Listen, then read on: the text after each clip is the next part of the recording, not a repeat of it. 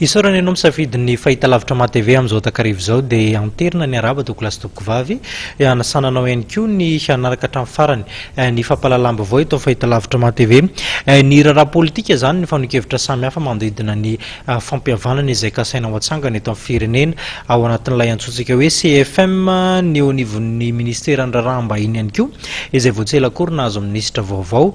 dia misy ny vaovao tsara ampitaina amintsika ny tokantrano any raha ny vaovao azo ihany koa zao arivo zao dia misy ny firetana trano eny Andravoahangy eny ezahana ny hitondra izany amintsika amin'ity takariva ity ny tontolo politika aloha no hanombohantsika ny fotoana zany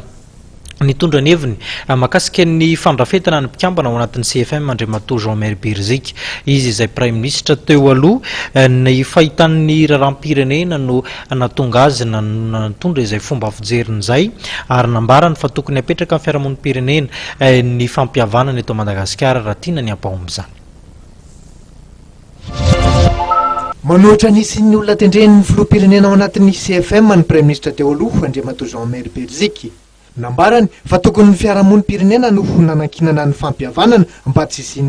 fiantanina ny aiky ihany koa ty mpanao politika ty fa na dia voarafitra ao anatin'ny solidalina ivoahana amin'ny krizy aza ny fametrahana filakevitra fampihavanana dia tsy nahatanteraka ny andraikitra fametrahana zany nandritra ny tantana tao anatin'ny tetezamita iraisana i Jean-Marie Berzika nambarany fa raha tokony nanohy ny ezaka fampihavanana mpitondra amin'izao fotoana zao dia tara vao nandray ny andraikitra efa ho tapitra ny mandahan'ny président dia zay vo atsangana le CFM atsangana le CFM tsy mifanaraka tsara amin'le zavatra takiny ny mampampiavana azy fomba hoana no raiky ambin'ny folo amin'ireo membre reo no tendren'ny président de république